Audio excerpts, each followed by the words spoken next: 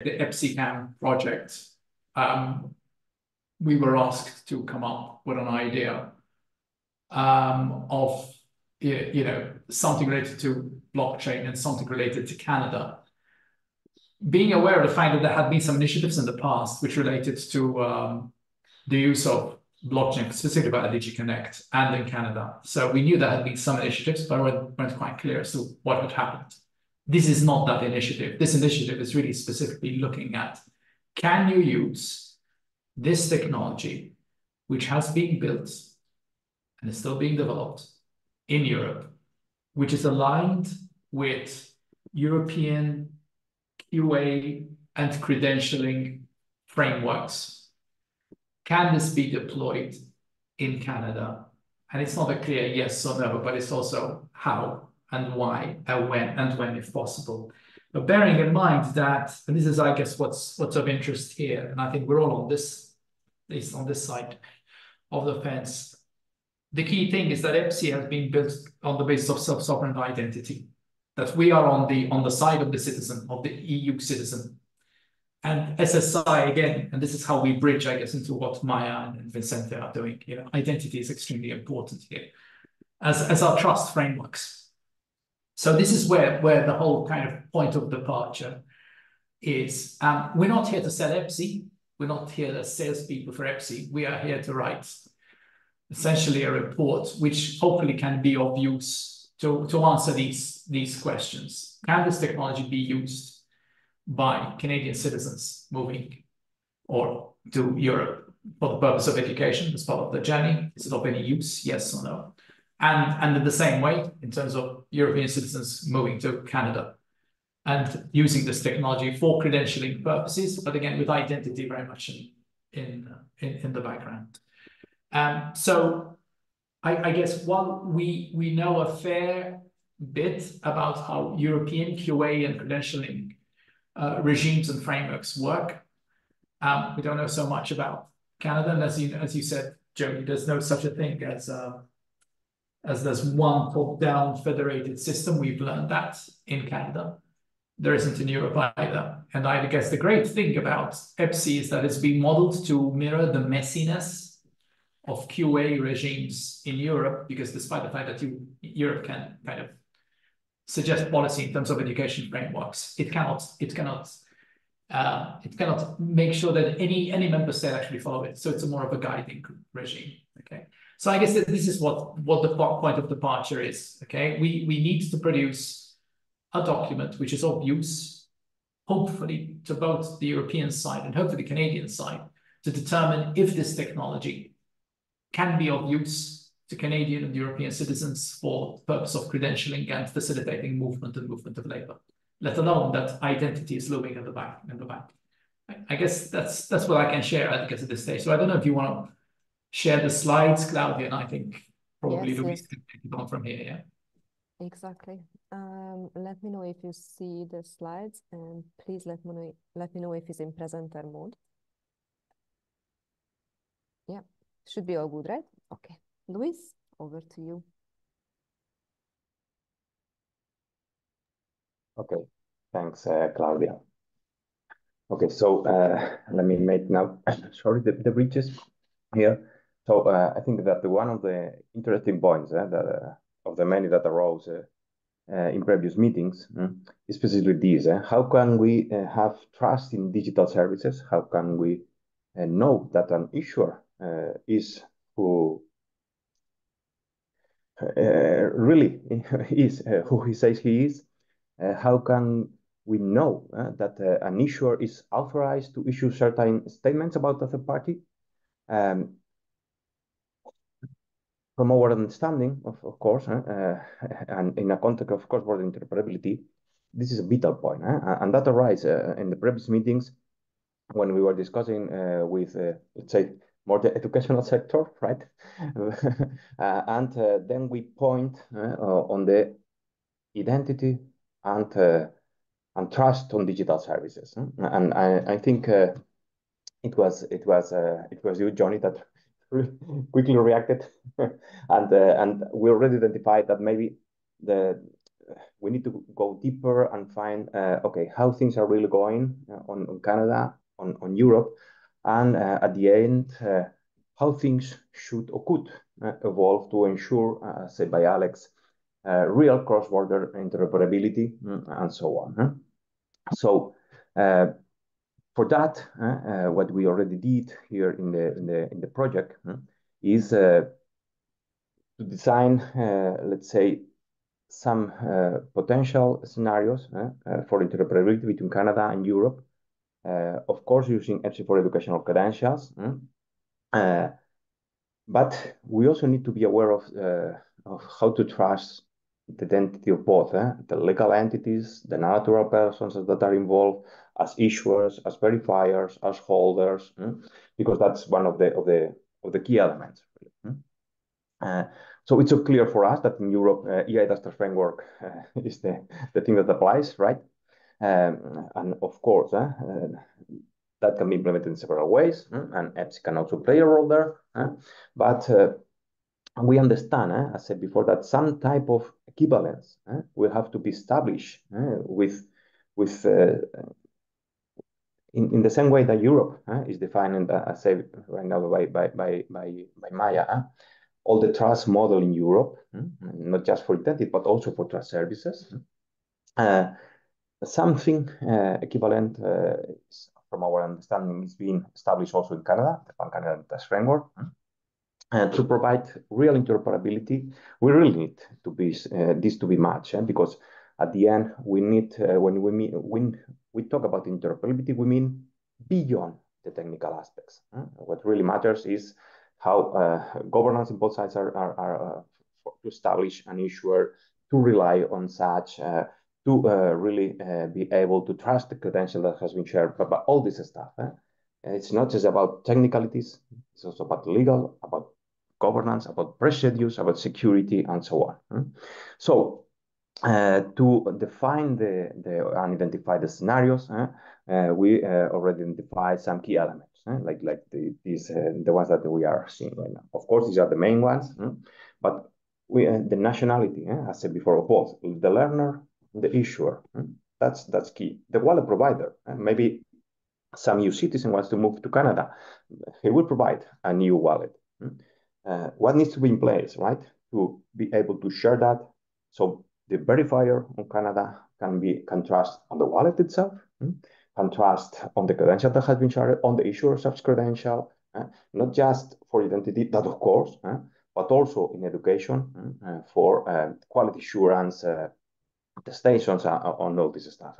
Of course, the goal for today is not go deeper on education, right?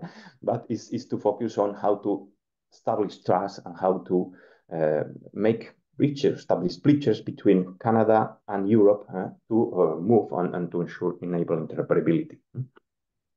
Same, of course, the other two key elements, of course, are the attestation formats and all this stuff, that the semantic that is used and so on. So you can exchange something and that can be really understood from an educational perspective.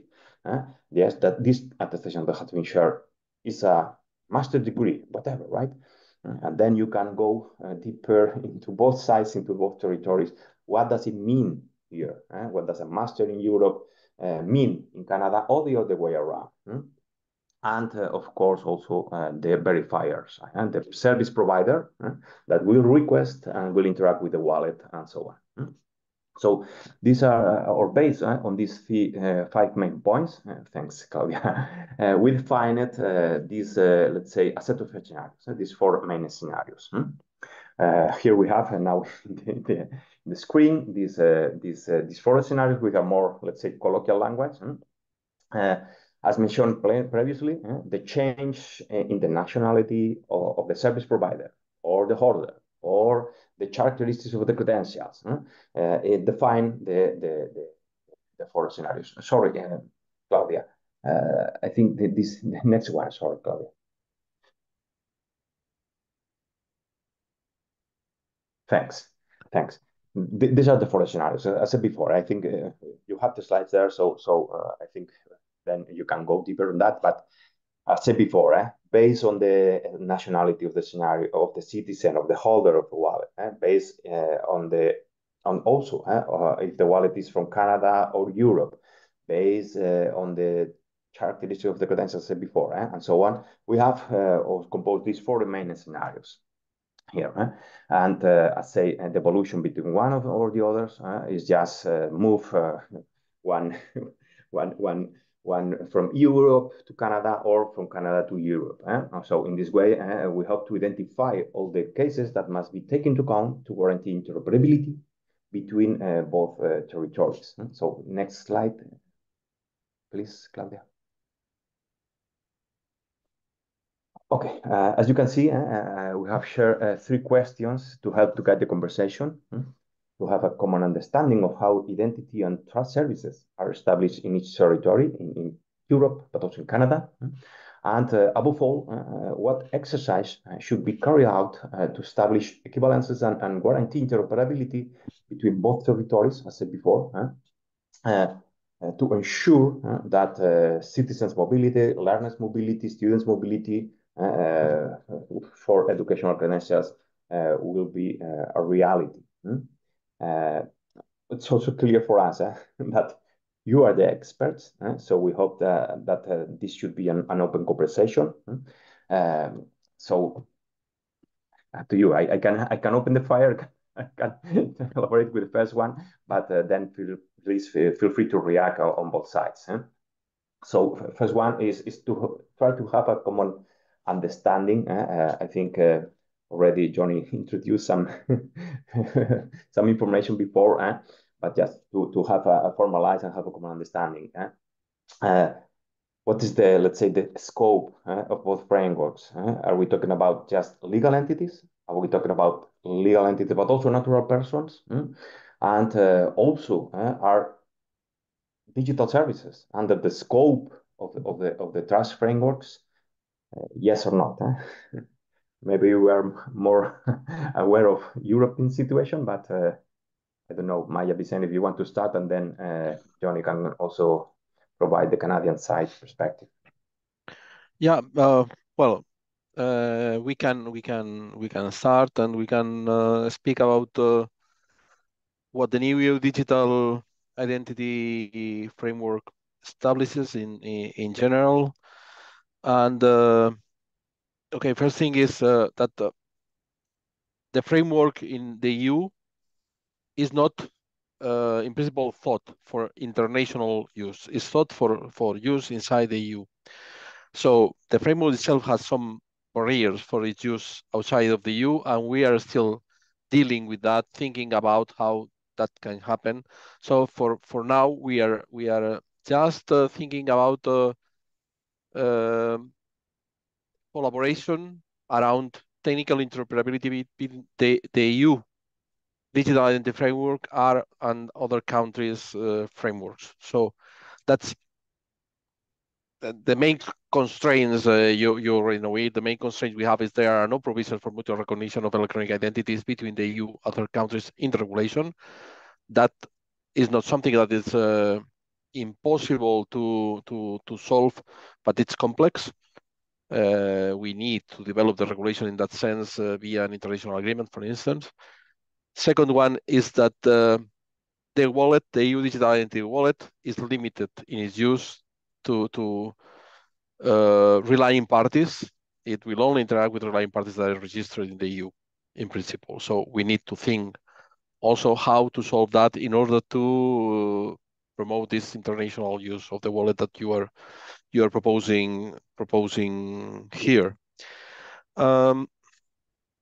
You have mentioned interoperability beyond the technical aspects. So it's difficult to think about that and the first step will be interoperability at the technical level. See if we can reach technical interoperability, and then we can propose to go beyond, because that would involve, at least on the EU side, would involve the legislators, the co-legislators. Either for an amendment of the regulation or for an international agreement that in any case involve the Parliament and the Council. So Okay, another thing that we still need to define. You know, the EU digital identity framework, then the amendment of the current regulation from 2014 was published last Tuesday, 30th of April. So it will enter into force in 20 days, by the 20th of May. We are starting now to develop the specifications of the framework. It contains basically two kinds of information, or it plans to store two kinds of, apart from other tools for signature and all that. But basically, it will contain personal identification data. Personal identification data is issued in the EU by the governments, and that's something that we cannot discuss. And electronic attestation of attributes. Electronic attestation of attributes are issued either by qualified trust service providers if they are qualified, or let's say by generic trust service providers, or by trust service providers acting on behalf of public sector bodies, for instance, and that would be the case, for instance, of diplomas issued by universities. So we are starting. We are still starting to define all these things.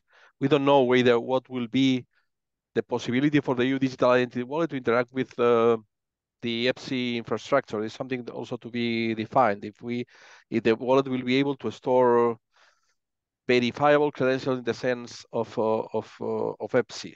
We are thinking about that. What is clear to us for now is that in the EU, when we talk about the EU digital identity wallet, we are talking about the EU digital wallet defined in the new amended EIDAS. What you have mentioned also something about format, semantics, standards. Yes, we are also working on that, because the electronic attestation of attributes that I mentioned, this kind of information that can be generated and stored in the wallet by, let's say, in general, anyone that is able to interact with the wallet, we are now defining which format these electronic attestations of attributes will follow.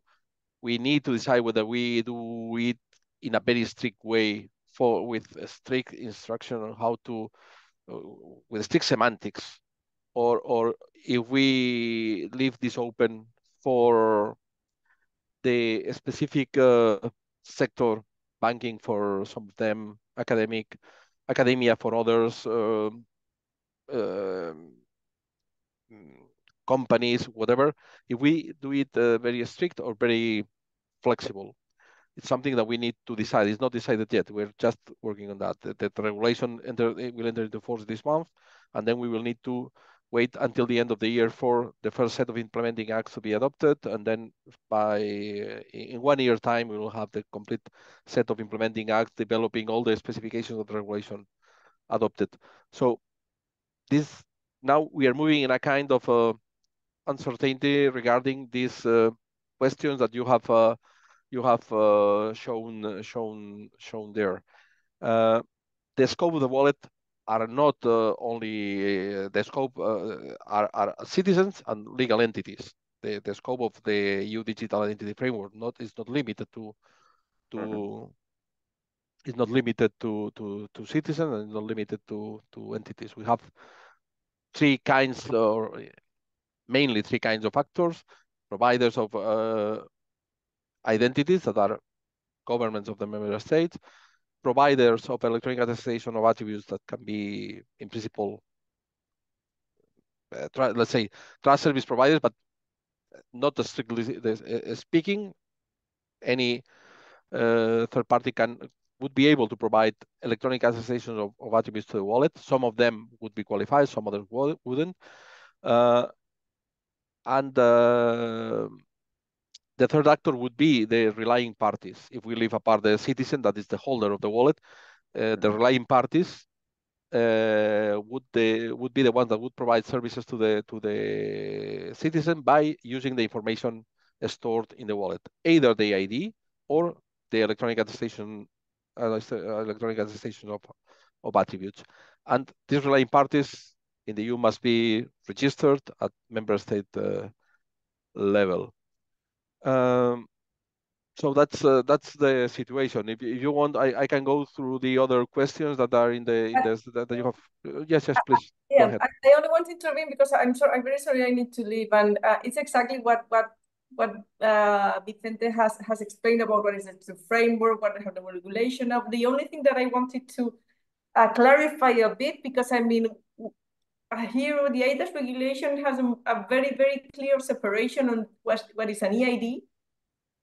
What is the purpose for the EID? That is mainly the basic information of a citizen to access the service. And then we have the trust services that covers another, let's say, part. So if you imagine the wallet will carry EIDs from citizens that will mainly be used to accessing services. And then there will be other attestations that can be the educational attestations or related to health or whatever, that are more related to the world of the trust services. So in the very beginning, when Vicente talk about there's no possible mutual recognition on EIDs. In fact, what we are talking about is the EID part. The other is it's not easy, but it's not impossible.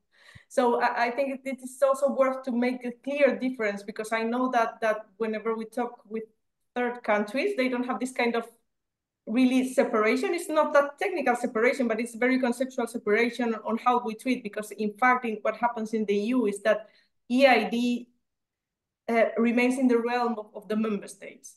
They keep, I mean, they want to keep their let's say the hands on the national EIDs, and this is still reflected in the wallet. So whenever the information will come from a member state, it will come from member state governments, and it's very linked to what member states do with the national EIDs. This is the only thing that I wanted to say, just because sometimes it's a bit unclear on how we deal with the thing.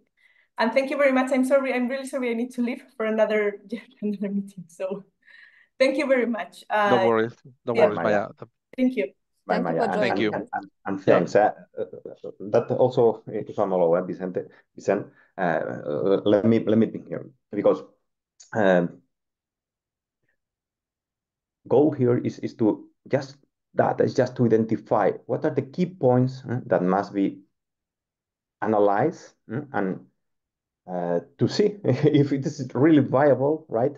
To establish, let's say,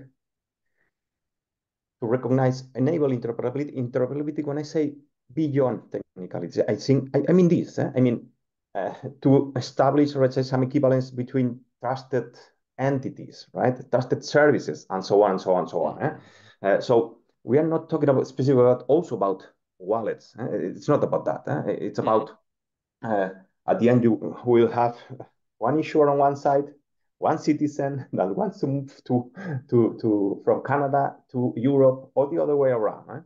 So from your speech, I understand that as per today, one of the key points is how to overcome, right, the scope of EIDA that is focused on Europe, let's say, right, and its member states, with also some specific competences delegated to member states, or well delegated or sovereign member states.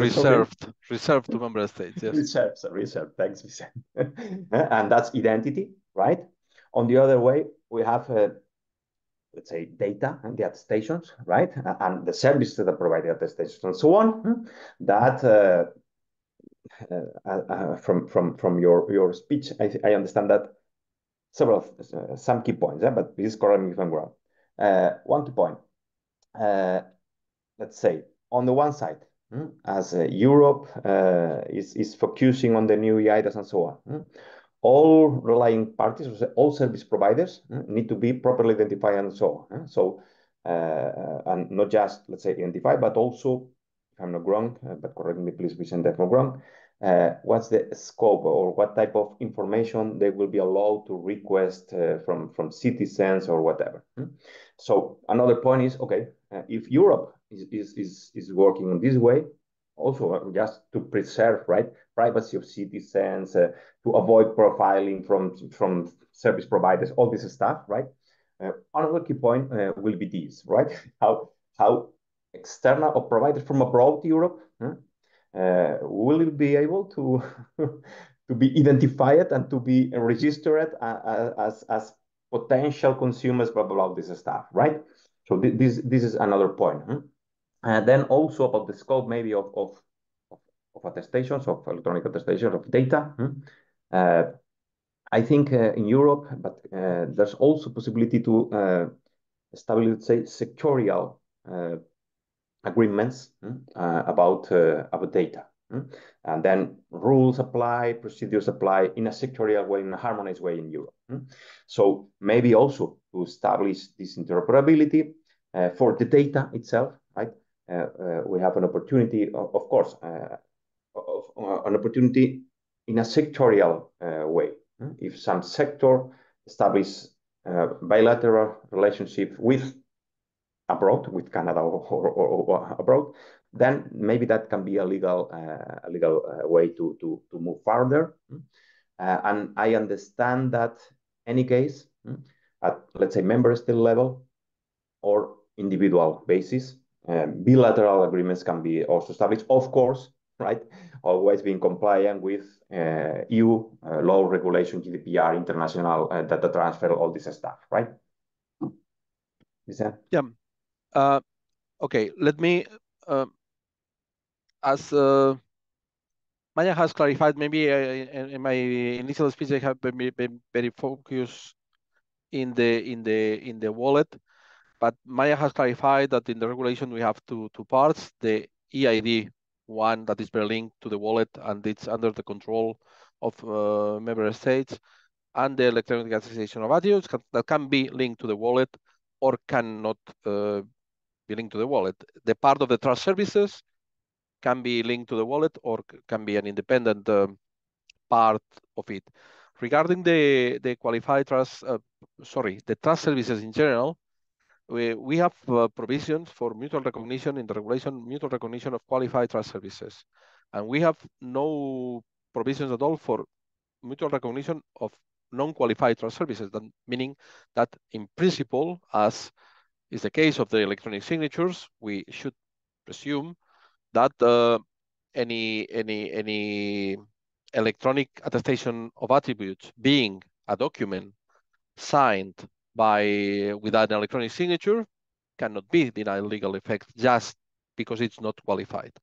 And it could be valid in Europe. What do we need for that? We need to verify the trust on that electronically signed document. And that's a possibility for international cooperation. We have two ways, let's say two levels of trust on these trust services that we can make interoperable between the EU and third countries. One is the qualified one. And for the qualified one, we need to verify that trust services provided in another country, in this case, Canada, or any other one, are equivalent to the trust services provided by trust services in the EU, qualified trust services provided by qualified trust services providers in the EU. In that case, if we can verify that, we can formally establish it by means of an international agreement or by means of an implementing act. That implementing act would include also the registration of relying parties. For instance, it's a guess, not a categorical affirmation, but it's a guess. So we can, meaning, now I'm going back to the wallet. So the registration of relying parties is mandatory for the use with the wallet. It's not mandatory for the use of electronic attestation of attributes in an international environment. So that part of the registration of relying parties is thinking aloud. It's not, but for trust services, if we are talking purely about trust services, we have these two levels of trust. Qualified one can be assessed and formally established as equivalent by means of implementing acts of international agreements. Non-qualified ones, in principle, cannot be denied legal effects just because they are not qualified. So that's the scenario in practice that we have with the new framework. So it's would be possible to build on that in order to facilitate that beyond that interoperability beyond technical aspects that you have mentioned before.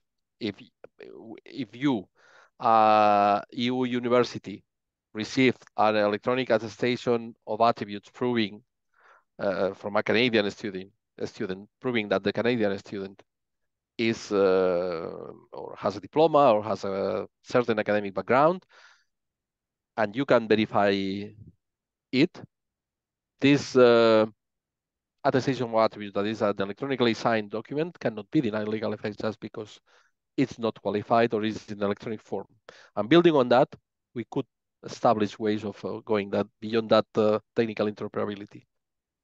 If we Thanks. see it Thanks from a the lot, Vicente. Canadian side, sorry, Yeah. thank you, Vicente. I wanted to jump on Joni and to Ruth as well. So how would you see that from the Canadian side of point of view to the procedures? How could you relate to what it said? Yeah, so I'll share some thoughts. I'll have Ruth share some thoughts. We'll, take that pathway. I think the Canadian ecosystem is very distributed. So we have, in terms of authoritative data sources, it's very distributed. I think we have, on the positive, we have a lot in common regarding the concept of legal identity is largely coming from the provinces, from the jurisdictions, and it's staying in the authority of the provinces as the jurisdictions. And I think similar to your ecosystem, the federal government does not have the concept that you exist legally until the provinces are confirming this to the federal government, with the exception of immigrants, people who have come to Canada. In that case, yes, the federal government is the authority for that legal instantiation of identity. So we have this in common. From a attestation of educational qualifications, really, and I've seen in the last one of the last discussions that we had as a group, Aruk, Joanne Duclas and this group, and the Kroganen work that they're doing. The Aruk group is, I would say, quite advanced, and the leader, the authority from the academia credentials, data authority. So that's an important player for this ecosystem in the context of education credentials, academic credentials. They are absolutely central.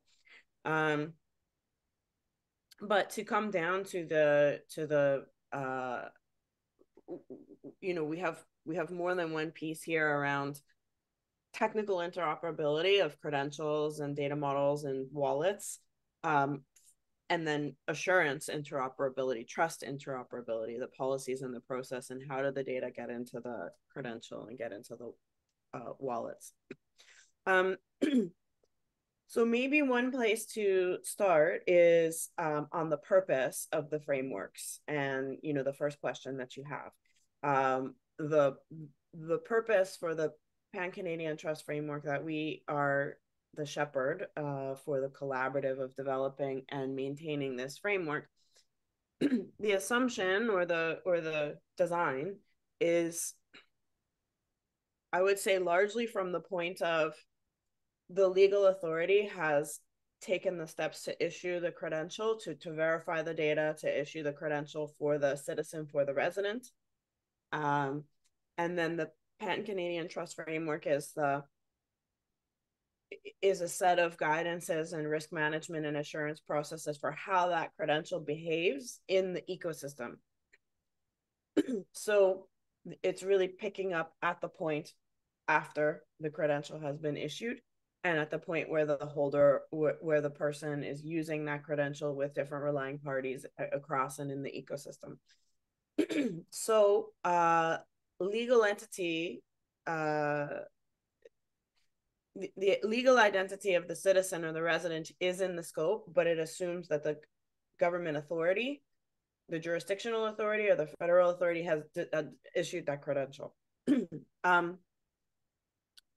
From the issuer perspective, the provinces, each has its own authority on the processes that it uses to issue that credential. There is a collaborative body of the provinces and territories in the federal government called the Joint Councils of Canada, where a lot of this is happening. And I would say that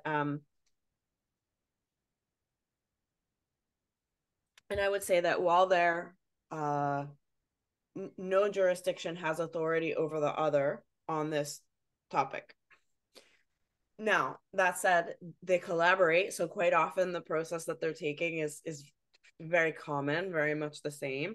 But that said, it's not a case of where I am in British Columbia has no authority to tell Alberta how it's issuing its credentials, just as the federal government, who you're speaking with, likely does not have the authority to tell British Columbia how it issues its credentials. So really the controls are more on the relying party side. So the federal government can say, this is what we require to accept your credentials, versus to say, this is what you must do to issue your credentials. So it's a nuance on the relying party, the verifier requirements.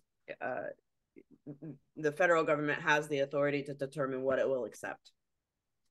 So I think that we also within the Pan-Canadian Trust Framework, so we have a concept of a verified person. And the verified person, that's where the legal identity of the person, or potentially the verified identity that comes through other channels. And so this could be what we see in our ecosystem, to be clear, we still have a journey to make. And I know that the European Union does as well, and the different European member states have as well. We do not have pervasive, widely available, widely adopted digital credentials. So quite often we're relying on services that can take a photo ID capture and can match and can look for fraud from that perspective, or doing credit file methods, or doing dual process of credit file and ID capture compare and photo ID, selfie and liveness check, which is really derived more out of requirements of our financial ecosystem, that our financial ecosystem is federally regulated. So there is a federal across the board authority there from a financial window, from a financial view. So we're really, at this point, I would say, leaning into using those financial constructs as methodologies to be able for people, citizens and residents and consumers, to be able to prove identity today. While provinces are at very different very different places in terms of their journey to issuing credentials and what this is, how this is going to go. I would say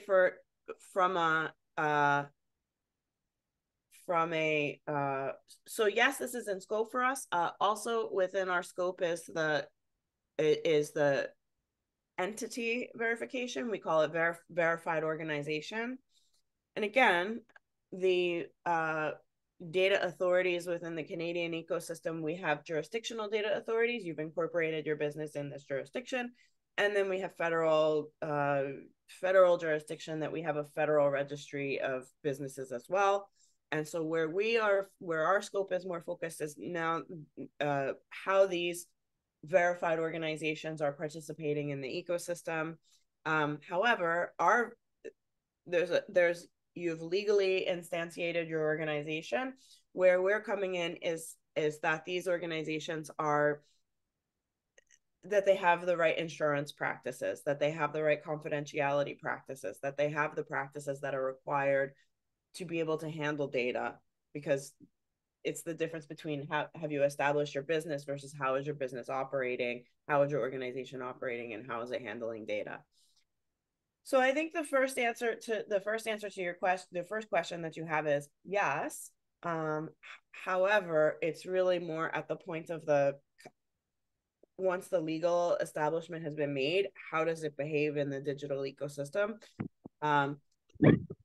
Where each government authority has its own process. There is no single issuer authoritative, to my knowledge, there is no single issuer authoritative government issuer framework or regulation, because each has its own authority. And then unless in the federal, you have the immigration. So yeah, so it is complicated in that sense. But I think you have some of that. You've already said that you have some of that as well. So I hope that that's a little bit on the first question, and where our scope is coming in. In terms of the second question on adoption, I think as well, I think that the federal government, in the side of the Canadian federal government side, maybe a bit about the technology here as well as the provinces, I would say, in our ecosystem from a public sector side, the provinces are really taking more advancements right now on issuing digital credentials, on establishing digital wallets from a public sector, government issued wallets. The provinces are more advanced than the federal government. The provinces are largely using an open source based approach. They're using, Linux Foundation, and then they're sharing that code. And so they're, from our ecosystem, British Columbia and Quebec are the farthest in this journey, but still it's very early. And there is a difference between the preferred technology implementation currently of the provinces versus the federal government, whereas the federal government, and again, this is my view, so I'm not speaking for the government here, for any government, but the federal government are more looking at the W3C ecosystem and that technical ecosystem, whereas the provinces are more in the Hyperledger Indie Aries, this data model ecosystem. And to complicate even more, the driving authorities, we have different structures for each of the driving authorities in the jurisdictions.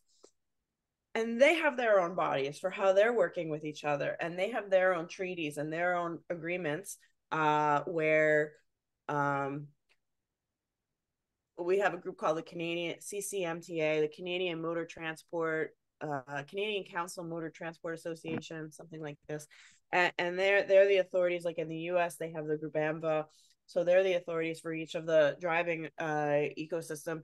And that ecosystem is, I would say, arguably looking more at MDL than Hyperledger, Indie Aries, or W3C. So we do have these three these three technical ecosystems, the Indie Aries, the W3C, and the MDL, just as we all see. I think we all see this, and this is the space. So from a technical perspective, there's not a commonality yet. And, maybe there will be, and I think we're looking at dynamic wallets and to see kind of how that space will evolve.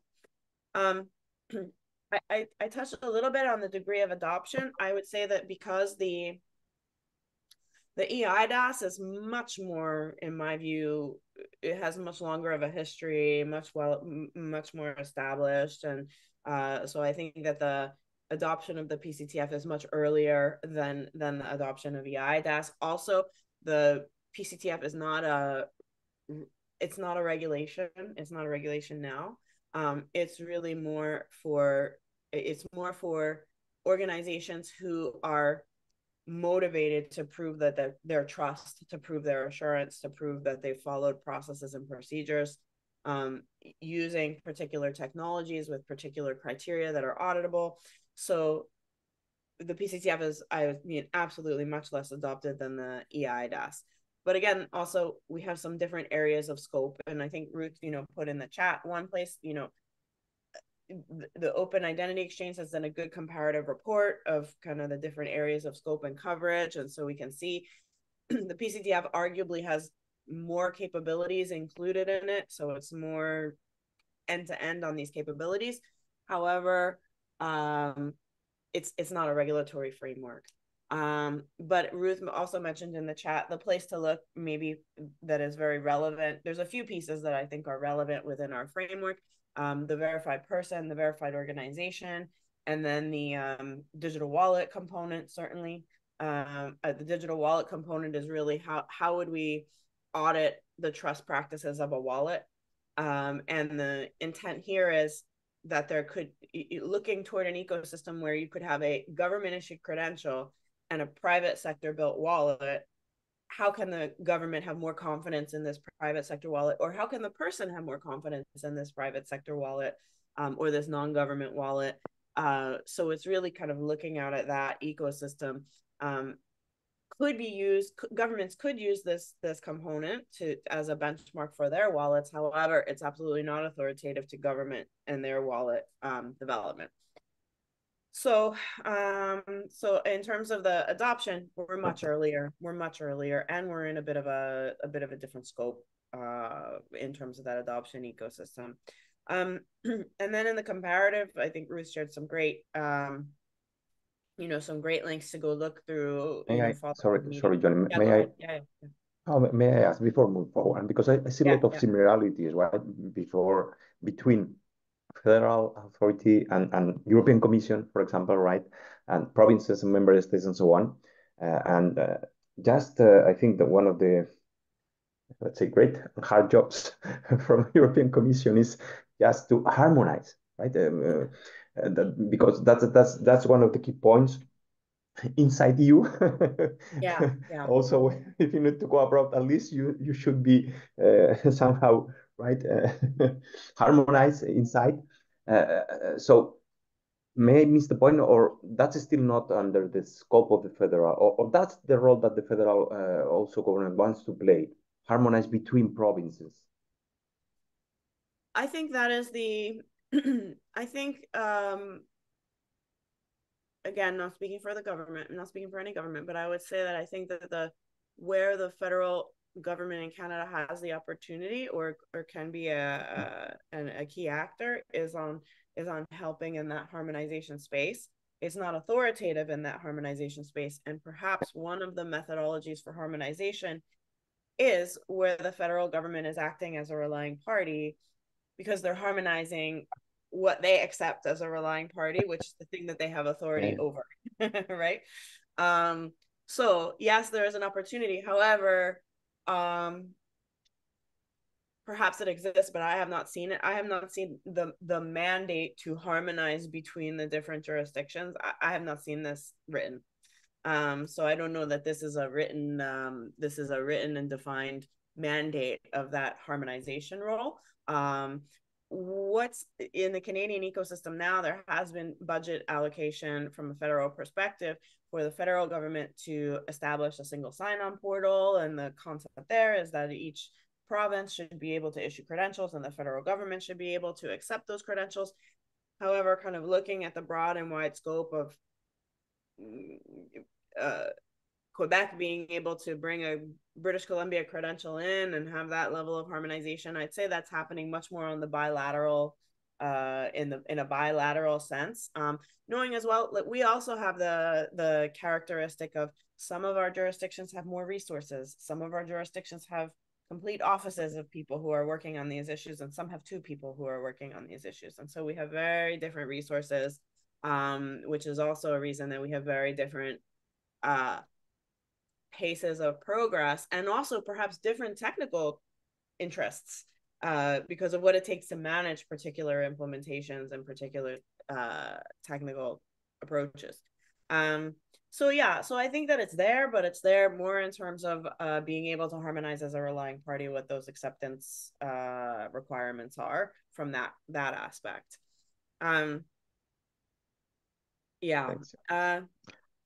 I think as well, just and then to look at the comparative between the US NIST framework and the EIDAS, I think that's EU EIDAS framework initiatives. Formally, again, because we have such a distributed governance, there will likely be particular perspectives and priorities asserted with your discussions with the federal government bodies, and also remembering that, and I'm sure within our federal ecosystem, there's also a distributed approach, and so we may have a particular department in our ecosystem that's focused on single sign-on authentication for a in the federal context for a citizen and resident to access services in the federal authority, each department in the federal government may also have its own approach in terms of how it's working to solve these problems. So it's very, very distributed, and I would say very early days in this context. And so while we in our ecosystem are very focused on harmonization and building in the harmonized path of EIDAS as well as US NIST as well, you know, we have reference and recognition in the UK. In the UK, I can stay a few more minutes. Yes, in the UK ecosystem, our organization is working more from a collaborative of self-governing organizations who are very committed to this space versus an authoritative jurisdictional authority approach. I think we know that this is complex work. We know that this is why this work is worth doing. But I would say at the same time, and think about what our work on PCTF can be. I would say it's more of has application as potentially a bridge, a harmonization bridge between around assurance practices, layering on top of technology. So for our PCTF framework, an organization can become certified against our PCTF framework. They can use open source and Hyperledger intermediaries. They can use W3C. They can use MDL. And then we have the practices at the next layer, the assurance and risk management practices at the next layer. So we're for your interest on how the technical wiring, technical interoperability is working, we are concerned and prioritize this space, but we're more focused on, can I trust the information that's in the credential? Can I trust the organizations where the credential is moving? And can the person, can the citizen, the resident, the user, can they have some protections to know that this organization has put care, has put trust, has put processes in place to protect them. So I think one of the things as well to your second question about the degree of adoption, perhaps because it is such a distributed ecosystem and because there are not widely available or there's not wide implementation of digital credentials yet, largely where we are seeing adoption of our framework is in what I would call kind of the front line of digital trust. And when I say that, what I mean is, and I don't know how it is in the different European member states, but we have jurisdictional law societies who are the regulators of the lawyers within those jurisdictions. This is not federally regulated, but what we see is the very basic use case of a lawyer needs to be able to verify their client. And they have to do something more than let's hold an identity card into a Zoom camera. We need to do more than that. So where we're seeing a lot of adoption right now is actually in the government photo ID capture, that other area, which is, I would say, a good representation of demand in the market for government issued digital credentials, but we don't have them yet. So we're trying to fill the spaces with these the alternate solutions, government photo ID capture, credit file, dual process, which is actually a demonstration of where these government issued credentials would be very usable, where people would be able to use those credentials. So and what we've been doing within our framework is developing a specific profile that is focused on those needs. So maybe to kind of wrap this together, I know there is applicability of the work that we're doing as a community. There may be an opportunity for some specifically tuned profile for this ecosystem where our work can be applied. So it may require some profiling. And then as I said in the beginning, from the academia credential side of things, the registrar, the ERUC group is the most advanced in that space in our ecosystem. So I think it's as always with this space, it's not simple, but I think that those are the places where our work, I hope it gives you an idea of the position that we're coming from, the gap that we're trying to fill, which is on how can the person and the businesses have more trust when they work with each other. It is in a very, at least right now, a kind of more of a bottom-up approach, and it's not a regulated top-down approach. And I think even though we've been working on this in our organization for 10 years, we're still in the early phases of this space. And again, we have that difference in the jurisdictions are also looking at it differently. So I think having groups like this and having very specific use cases like for students is a very important way forward to narrow down the scope to can we solve this for a student?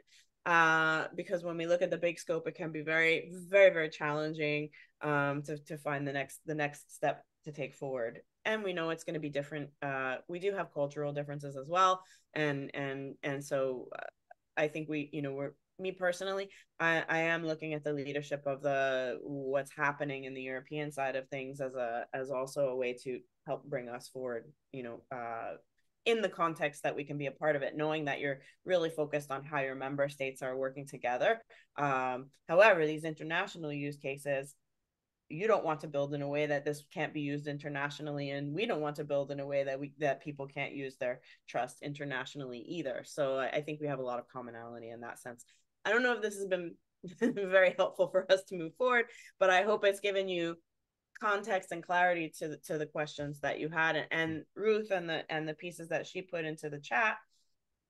Ruth is our foremost expert on the EIDAS framework and our international work. So if you would like to have a session just with Ruth, now that we've laid this groundwork, I would encourage that, as well.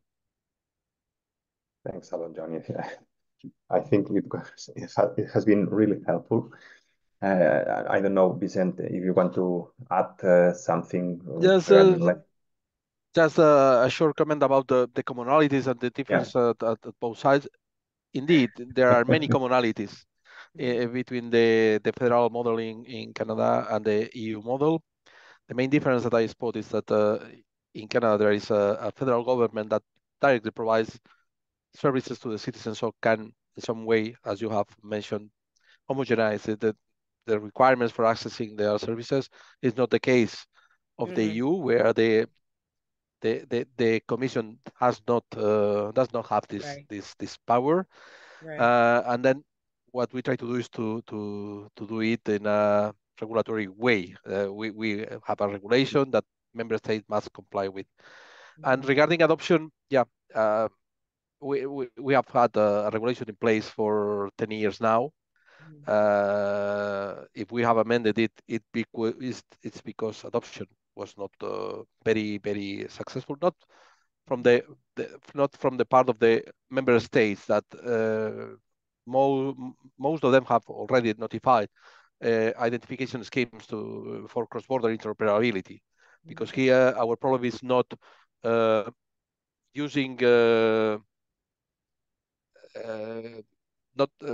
nationally issued digital credentials for a federal government or against services in a federal government, but to use them cross-border. And the use of digital credentials, schemes have been proposed, communicated, notified by member states to the Commission but the use of these identity schemes by citizens in a cross-border environment is really, really poor. So that's why we think that the new framework, one of the problems that that tries to address, and we believe that we will be able to solve it, is that adoption by citizens, especially in cross-border environments. That's where we are doing now.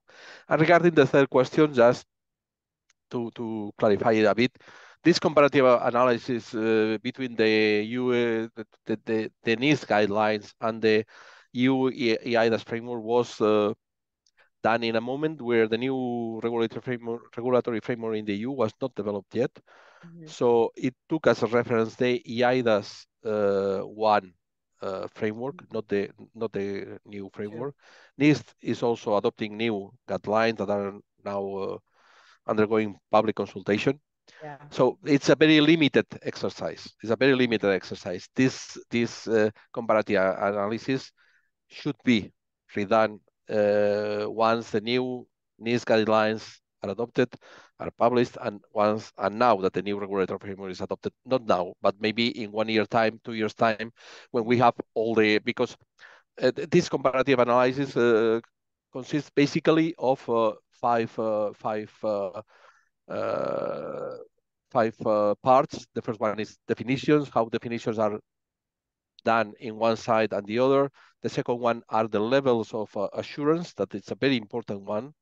The third one are standards. Now we're still dealing with this standard. We don't know which standards will be adopted in the implementing acts of the recently adopted regulation. So we are still working on that. And then potential use cases for cross-border or international cooperation or open questions. So those are the basic 5 chapters that a future exercise will have to consider. In spite of that, despite that it was a very limited exercise, this initiative has been very welcomed by some organizations. I mean, OECD, G7, G20 are proposing to their members to develop similar exercise with regard to their digital identity framework. So hopefully we will have some results, and of course there are initiatives underway in that regard that involve also Canada being a member of OECD, G7, and G20. So probably we will have this soon. But just consider that this comparative analysis was very limited by the fact that we did not have the new framework still in a condition to be published when we did it. We're aware, Vicente, but here the main goal was not to specifically talk about that. Is what you provided. What exercise needs to be done, and what are the key points, the key dimensions that needs to be taken into account. So thanks also for that, Vicente. Sorry, so I put into your chat as well the a link to this group. It's called the Joint Councils, and this is the place where the different provinces and territories and federal are speaking with each other about how they will agree to collaborate and harmonize with each other in the public sector window, meaning we don't join these meetings. This is behind the wall of how government talks to government. So I think this is an interesting body for you. I know that you are required to work within particular lines of speaking with governments. However, I would say that in terms of how Canada as a concept harmonizes, much more of that is happening in this joint councils than in the window only of the federal government. So I think that is an important body for this group to consider about how to work with Canada. And then if it's at all possible, I think thinking about this particular use case from a jurisdictional perspective. So I know maybe you have to have the Canada flag on the slide, but I would say that maybe something to explore is around the only province that, to my knowledge, in Canada that has a person credential is British Columbia, where I am.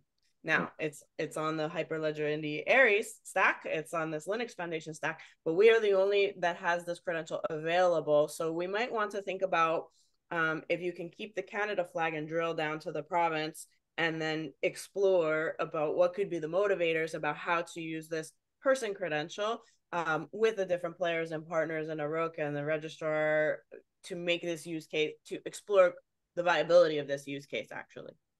Joni, I'm so glad you got to that space.